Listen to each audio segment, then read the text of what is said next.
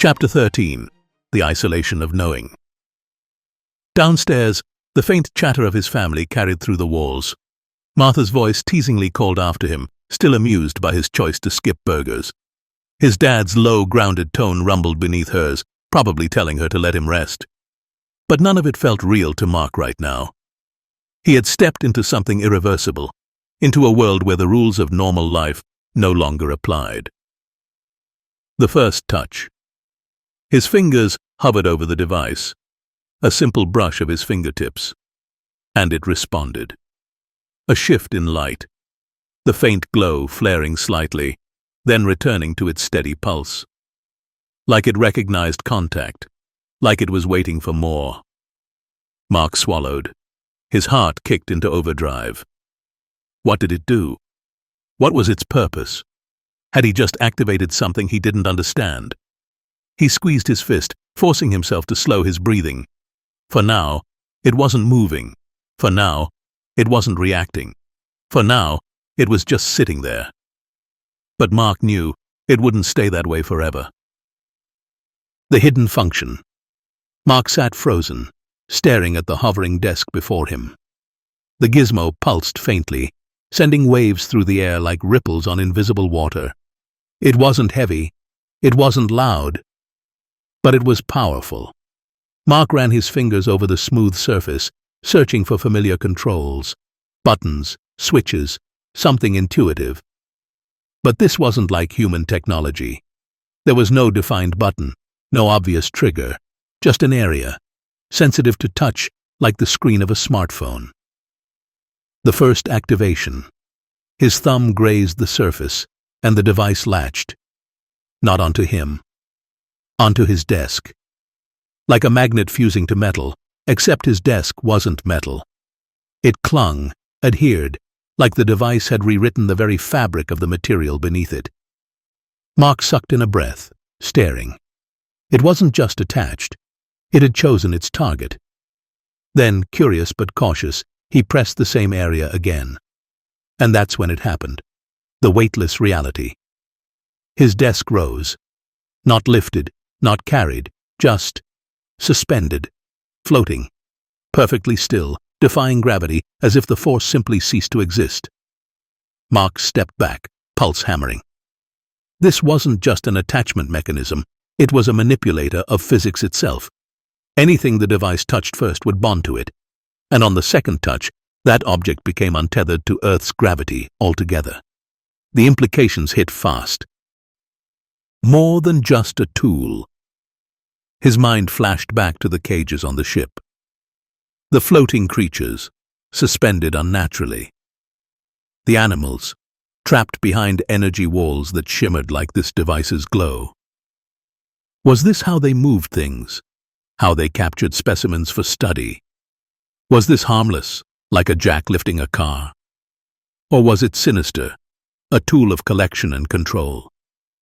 Mark didn't know yet, but he was about to find out, because now he had it in his hands. And whatever power it held was his to understand, for better or worse. The realization sank in slowly as he tested its capabilities, watching as it effortlessly lifted wood, fabric, metal, even his own body, like gravity itself was being rewritten at the push of a button. Not just a tool. A system. At first, he wanted to believe it was harmless. A piece of technology designed to make life easier. A jack for lifting objects. A simple mechanism meant for convenience. But then, the images of the alien ship burned through his mind. The cages. The animals, trapped behind translucent walls. And suddenly, the connection was obvious. This wasn't just a tool. It was a collector. A device made for retrieval, for transport, for containment.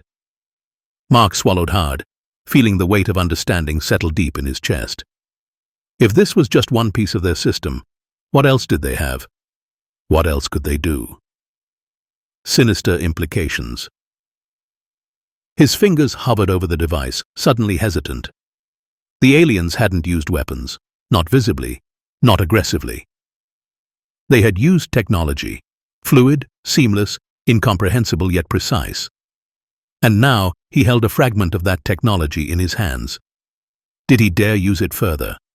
Did he dare understand it more? Or would that just bring him closer to something he wasn't supposed to know? Mark exhaled slowly, pressing his hand against the smooth surface of the device, feeling its quiet hum beneath his palm. He knew one thing for sure. If this was meant for capturing, then it had been used before. And sooner or later, someone, something, would want it back. Chapter 14. The Dilemma That Defied Gravity. Mark hovered mid-air, weightless, suspended in the quiet hum of something impossible. His bedroom had become an aerial playground, a personal space unbound by the laws of physics. At first, it was exhilarating. He twisted effortlessly, swam through the air, kicking off the walls like he was floating through deep water. When he pushed himself toward the window, he saw his neighborhood from a whole new perspective, an entirely new dimension of reality. But the thrill was fleeting. Because beneath the wonder, something heavier gripped him. Fear, the risk of exposure. What if someone found out? What would happen if his parents walked in right now? His dad, practical, cautious, the kind of man who believed in rules and structure, would never let him keep something this dangerous. Mark could already picture his backpack being ripped away, the device handed over to strangers in dark suits, their cold, clipped voices making decisions for him before he could protest. Government agents, scientists, people whose job was to erase discoveries like this from the public eye.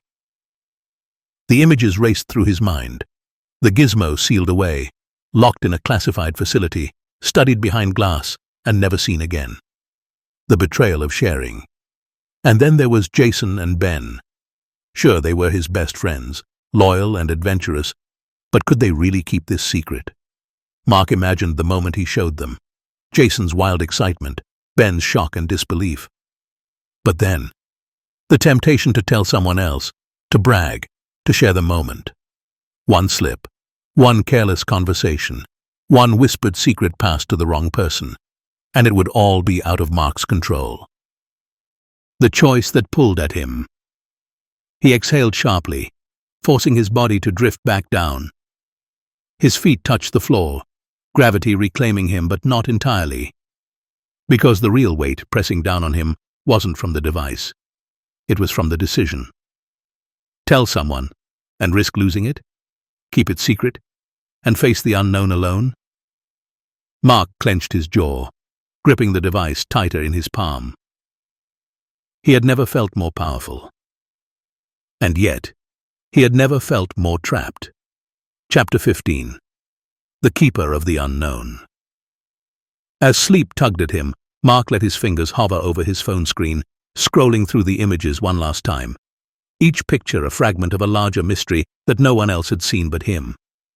The cages, the glowing portal, now vanished. The ship, massive and alive in ways that defied explanation. And Earth, small, fragile, floating in the void. The gizmo was real. His experience was real. And now, so was his resolve. Not just a secret, a mission. This wasn't over. He wouldn't just let the world move on while the greatest discovery of his life sat untouched in his backpack. He would learn. He would test. He would understand what he had taken, before anyone else could take it from him. Because this wasn't just survival anymore. This was responsibility. For now, the boy who defied gravity. Mark exhaled deeply, tucking his phone away, finally allowing the exhaustion to claim him. Tonight, he would sleep. Tomorrow he would start unlocking the truth. Because in the vastness of everything he had seen, one fact remained unshaken. He wasn't just a witness to the unknown. He was its keeper. Chapter 16. The Gizmos of the Unknown. Mark's fingers flew across the page, sketching the rough outlines of something that shouldn't exist, but now had the potential to become his reality. The gizmo had rewritten gravity itself, offering him a way to lift objects, himself included, without weight constraints. That meant the hardest part, staying airborne, was already solved. All he needed now was propulsion, the blueprint for flight battery-operated fans, a lawnmower engine paired with a larger propeller, maybe something lighter, more controlled. Mark stared at the possibilities, each option presenting problems and possibilities alike. Without proper control, he risked spinning wildly through the sky, a passenger to his own invention. What could act as stabilizers? Could hand controls direct movement? Maybe pressure sensors? A rudimentary joystick? He wasn't a scientist, but he was a builder. And right now, he was a kid trying to defy the laws of physics with alien tech. The call of the forest, but as Mark refined the sketch, another thought pulled at him. The other gizmos. He had forgotten there were at least 2 more that rolled down to the bushes. 2 mysterious gizmos scattered somewhere in the woods. Pieces of the same technology, pieces that might hold even more secrets, more clues about what these aliens were truly capable of. Could one of them already have the propulsion system he needed? Would retrieving them be his next mission? Mark leaned back in his chair, heart pounding, mind racing. This wasn't just an invention anymore. It was the start of something bigger. And now, he had a reason to go back into the forest. The midnight gamble. Mark sat on the edge of his bed, staring at the dim glow of his alarm clock. 12:03 a.m. His heart thumped against his ribs, his backpack leaning against the wall beside him, already packed with essentials. Flashlight, water, gloves, a screwdriver, as if tools from his dad's shed could possibly prepare him for alien technology. The thought of sneaking out bothered him, but there was no alternative. He had 1 week of summer left to recover the scattered gizmos, to understand them before anyone else did. If he told his parents, they wouldn't believe him. If he told his friends, they'd crack jokes, or worse, spill the secret. This was his mission, and missions required risk. The weight of the unknown. Mark stood, gripping the straps of his pack, taking a slow, measured breath. Outside, the house was silent, his father's deep, rhythmic breathing audible from down the hall, Martha's soft snores drifting through the air. It was dangerous, he knew. If he got caught, if his parents woke up, saw him slipping out the door, there'd be questions he wasn't ready to answer. But then his eyes landed on the gizmo resting on his desk. Small, compact, a fragment of something bigger. And suddenly, his doubt dissolved. Because if the aliens wanted those devices back, they'd come looking eventually. And if Mark didn't get to them first, someone else would. Someone who might not think like he did. Someone who wouldn't be curious, but ruthless. The moment of escape. Slowly, Mark crept to his window, sliding it open just enough to slip through. The cool night air rushed in, carrying with it the scent of damp soil and pine. No movement, no voices. Only the distant hum of crickets, a natural melody masking the unnatural secret wrapped in his backpack. He hesitated for one last second. Then, he stepped out, 1 foot over the sill, then the next, and he dropped silently onto the ground below. The adventure had begun. Chapter 17. The night mark took the sky. The moment the gizmo activated, Mark felt the shift, not just in weight, but in reality. His limbs felt light, his steps faster, bouncier. With a thrill tingling in his chest, he sprinted toward the backyard and vaulted the fence like it wasn't even there. But what happened next caught him off guard. Instead of landing, he kept going. The unintended flight. He rose like a feather caught on the wind, slowly, gently, but with increasing height. The rooftops of his neighborhood tilted beneath him as gravity shrugged and let go. Mark's heart raced. Was this how balloons felt? Kites? Stars? Panic wrestled with awe in his chest. Then the clouds swallowed him in shadow, and instead of fear, he felt something stranger. Freedom. He remembered flailing like a swimmer back in his room the first time he floated, and instinct kicked in. With arms slicing the air and legs sweeping wide, he swam. And it worked. It really worked. A mid-air visit. He spotted Jason's house, 2 blocks over, tucked beneath the sleepy arms of an old oak. He adjusted his course, cutting through the heavy air with stronger strokes, growing more confident with each pass. At Jason's second-floor window, Mark hovered effortlessly. A grin tugged at his face as he saw his best friend curled up under the blankets, mouth slack, thumb firmly planted in place. Mark bit back a snort, pulled out his phone, and snapped a picture. He didn't know Jason sucked his thumb at night, but now he had photographic evidence.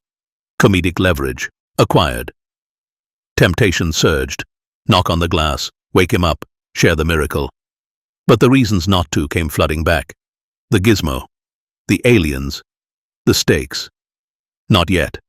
The test run he banked left, slicing through the air toward his next checkpoint. His school. Could air swimming be faster than walking? At first, no. He struggled to build momentum. His movements were clumsy, more breaststroke than flight. But then, his rhythm clicked. His speed surged. He zipped over lawns and empty cul-de-sacs, each flap of his limbs propelling him faster, smoother. The streetlights below blurred. Mark was soaring.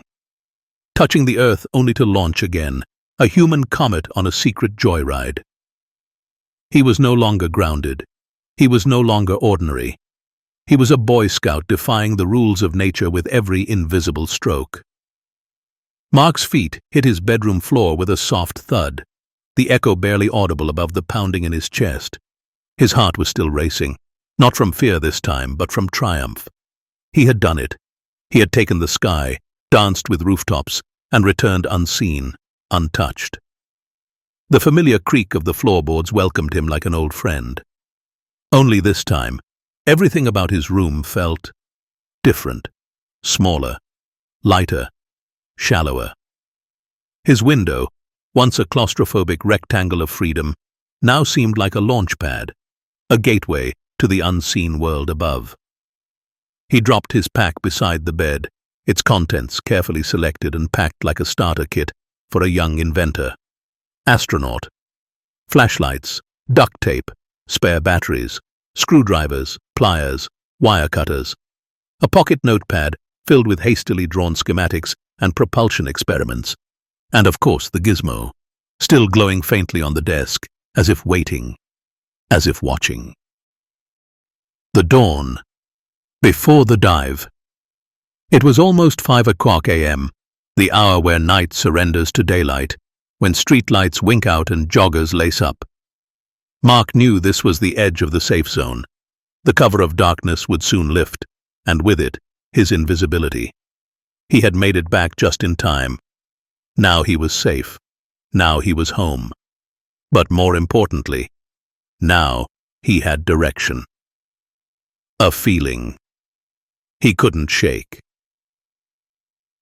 As he stared at the gizmo, his reflection faint in its smooth metallic surface, something shifted inside him. The doubts were still there. What am I doing? What if I'm wrong? What if it's not just a tool? But stronger than fear was purpose. This wasn't about a kid breaking rules anymore. It wasn't even about floating or flight. It was about the puzzle, the system, the truth that had been dropped in his lap like a dare from the universe. And Mark had accepted it. 1 week. 1 week to map, recover, study, learn. And when the time came, he wouldn't just tell the world. He'd show them.